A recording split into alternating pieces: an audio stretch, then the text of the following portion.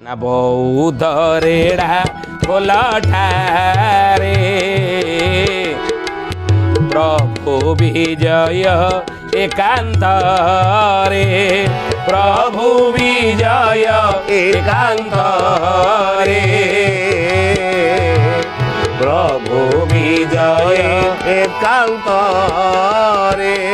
बंधंसरे जन्म होई नित्य राधिका शिव तहि नित्य राधिका शिव तहि नित्य राधिका शिव तहि पुल्लिंगे होई शिव जात जन्मरो नेत्र तामुदीता जन्मरो नेत्र तामुदीता जन्मरो नेत्र तामुदीता बाबू रे जन्मरु ता नेत्र मुद्रित थिब जन्मरु नेत्र चक्षु न होइथिबे कंध परिवार जन्म होइथिबे बहुत रेढ़ा कोले जन्म होइथिबे आउ सेई रेढ़ा खोल ठारे अच्युतानंद महापुरुष कहउचंदी नित्य किशोर माँ राधाराणी पुरुष अंगरे भीम भोई भाव कंध परिवार जन्म होइथिबे नाम होइब भीम भोई मोदी महापुरुष कहिचंदी ज्ञानीगुणी मंडली सेई राधाराणी द्वापर जुगर भीम भोई रूप से कंध परिवार जन्म होइचंदी आतबले यज्ञ प्रभु करिवे कली जुगरे यही बौद्ध रेड़ा खोल ठारे स्वयं भीम भोई माँ राधा राणी ये यज्ञ जोग देवे जबकि भगवान कथा देइचंदी द्वापर जुगर नहीं केतेबेले यज्ञ हम माँ राधा राणी यज्ञ जोग देवे बोलिए महापुरुष अच्युतानंद जी की जय शुद्धि जानी ज्ञानी गुणी मंडली आजिर मालिका वचन रे आम आलोचना करुचे कौन ना महापुरुष अच्युतानंद मालिकार नाम है शिवकल्प नवखंड निर्घंट आउ ये शिवकल्प नवखंड निर्घंटर विषय कौन ना ओडिशा माटी रे भिन्न भिन्न धर्म प्रचार होइब ई ओडिशा मध्य भिन्न भिन्न धर्म प्रचार हेबो एवं तन मध्य महिमा धर्म हेउची अन्यतम आउ से महिमा स्वामी महिमा धर्मर प्रचार कला समय रे हे ज्ञानीगुणी मंडली स्वयं द्वापर जुगर नित्य किशोर माँ राधाराणी ये कली जुगरे जन्म होइथिबे कंध परिवार सी महिमा धर्मर आउरी विस्तार करिवे नहीं स्वयं भीम भोई नित्य किशोर राधाराणी तांकरी कथा आम आलोचना करुचे आज मालिका वचन नुहे तेणु से यज्ञटी केउटी हेब ना रेढ़ा कले बौद्ध रेढ़ा कले एवं जदि हेब से यज्ञ माँ राधाराणी जोग देवे भीम भोई रूप से जन्म होइछन पुरुष अंगरे नहीं स्वामीद्र अपराध जन्म होइछन आउ केतेबेले से यज्ञटी हे ए कथा कौन अच्युतानंद महापुरुष मालिकार लिखिछन हाँ कौन लिखिछन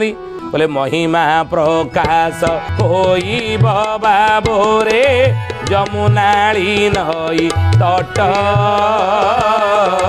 पूरब पश्चिमे पर्वत धोई रही तही बट रही बट हे सुजाने रही तही बटा रही बट हे सुजाने रही जाई बटा बोले महिमा प्रकाश होइब बाबूरे जमुनाली नई तटे से रेढ़ाखोल निकट में जमुनाली नईटी कलकल नादरे बही जाउथिबो तारी तट निकट में ये यज्ञटी हेब जो यज्ञ द्वापर जुगर प्रभु कथा देइचंदी माँ राधाराणी की ये यज्ञ तुम उपस्थित हेब संपूर्ण आउ सेई यज्ञ माँ राधाराणी आसीबे जमुनाली नई तटरे होउथिबो आउ पूरब स्थानर महिमा कहले क्षेत्र महिमा पूरब पश्चिमे पर्वत दुई रही तही बट पूर्व एवं पश्चिम दुई पर्वत रही एवं रही तही बट गोटे बट वृक्षटे थी से निकट में यज्ञ हम आउ कली जुग लीला भरणा होइब आंट करी भीम 25 अंकरे सत्य प्रकाशिब टूटी जीव मनोभ्रम टूटी जीव मनोभ्रम हे सुजने ତୁଟି ଯିବ ମନୁ ଭ୍ରମ ତୁଟି ଯିବ ମନୁ ଭ୍ରମ ହି ସୁଜାନେ ତୁଟି ଯିବ ମନୁ ଭ୍ରମ। କେତେବେଳେ ହେବ ରେ ବାବା? କଳିଯୁଗ ଶେଷ ବେଳେ କଳିଯୁଗ ଲୀଳାଟା ଭରଣା ହେବ। ପ୍ରଭୁଙ୍କର ଯେଉଁ କଳିକି ଲୀଳା ସେ ଲୀଳାଟା ଭରଣା ହେଇଯିବ, ଯାହା ଦ୍ୱାପର ଯୁଗରୁ ଅପେକ୍ଷା କରି ଯେଉଁ ଲୀଳାଟା ପ୍ରଭାସ ଯଜ୍ଞରେ ସରିନାହିଁ ସେଇ ଲୀଳାଟା ଭରଣା ହେଇଯିବ କଳିଯୁଗ ଶେଷ ବେଳେ, ଏଇ ଯଜ୍ଞ ବେଳେ 25 ଅଙ୍କରେ 25 ମସିହାରେ। ଆଉ 27 ଅଙ୍କ ଡାକିଥାବ ରଜ ଦୁଲୁକିବ ମହି ଗୋଟା ଶ୍ରୀ ଗୁରୁ ଆଜ୍ଞାକୁ ମାନୁଥିବୁ ବାବୁ ନହେଲେ କରମ ଫଟା ନହେଲେ କରମ ଫଟା ହେ ସୁଜାନେ ନହେଲେ କରମ ଫଟା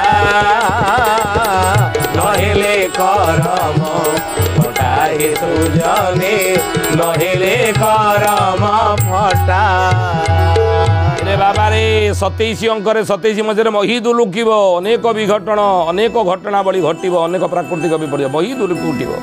ଆଉ ଯଦି ଏଇ ଯଜ୍ଞରେ ତୁ ଯୋଗ ନ ଦଉ ତାହେଲେ ତ କର୍ମ ଫଟା ବୋଲି ଜାଣିବୁ। ବିଶ୍ୱ ଭାତୃତ୍ୱ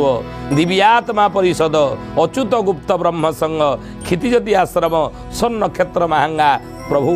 ଚରମନାଥ ଗୁରୁ ସ୍ୱାମୀ କେଶବ ସୁନ୍ଦର ତାଙ୍କର ଏ ଜ୍ଞାନୀ ଗଣିମଣ୍ଡଳୀ ଲୀଳା କ୍ଷେତ୍ର ସ୍ୱର୍ଣ୍ଣ କ୍ଷେତ୍ର ସେଇ କେଶବ ସୁନ୍ଦରଙ୍କର ଏଠାରେ ଲୀଳା ଖେଳା ହେବ। କେଉଁଠି ନା ଏଇ ରେଢ଼ା କଲଟା ବୌଦ୍ଧ ରେଢ଼ା କଲଟାରେ ଏଇ ଯଜ୍ଞ ହେଇ ବୁଝିଲେ। ତେଣୁ ହେ ସୁଧୀଜାନେ ଆଜି ତ ସମୟ ହେଇଛି, ଆସନ୍ତୁ ବାଣୀକି ବିରାମ ଦେବା ଆଉ ପ୍ରଭୁଙ୍କର ନାମ ନେଇ ଜୟ ଅଚ୍ୟୁତ ଜୟ ଅଚ୍ୟୁତ ଜୟ ଅଚ୍ୟୁତ।